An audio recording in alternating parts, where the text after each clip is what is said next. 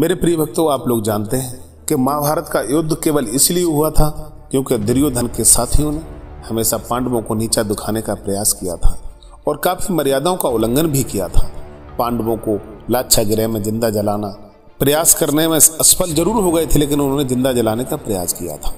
द्रौपदी को भरी सभा में निर्वस्त्र करने का प्रयास करना, लेकिन ऐसा नहीं है केवल मर्यादा का उल्लंघन कौरवों की तरफ से ही किया गया था, मर्यादा का उल्लंघन पांडवों की तरफ से भी किया गया था और एक नहीं कई बार किया गया था। जिस समय पितामह भीष्म युद्ध कर रहे थे उस समय इन्होंने शिखंडी को ला करके पितामह भीष्म का वध किया। दूसरा, जब द्रोणाचार्य का वध नहीं हो पा रहा था, द्रोणाचार्य सारी सेना पर भारी पड़ रहे थे, पांडवों को लग रहा था कि अब सारे पांडव समाप्त हो जाएंगे, उस समय इन्होंने एक अश्वस्थामा नाम का हाथी जिसे मार करके और अफवाह फैला दी कि अश्वस्थामा नाम का द्रोणाचार्य का जो पुत्र था वो मारा गया।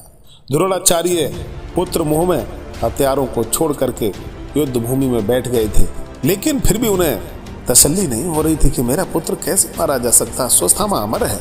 तो उन्होंने भीम की बात को नहीं सुना।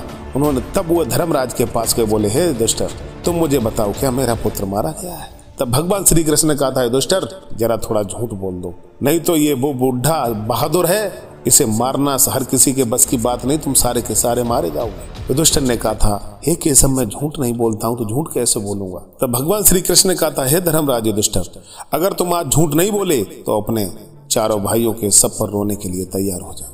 ये द्रोणाचार्य बहुत बूढ़े बहादुर हैं, इन्हें युद्ध से परास्त नहीं कर सकते तुम लड़के, इनको मारने का आज ही अवसर है। अगर इन्हें युद्ध में आज नहीं मारा गया तो इन्हें कोई मारने वाला माई का लाल पैदा नहीं हुआ है। बोले फिर क्या करें। बोले झूठ बोल दो कि अश्वस्थामा मारा गया। तब उन्होंने कहा था, अश्वस्थामा हितायति नरोवा कुंजरोवा, अश्वस्थामा गुरुदेव मारा गया है।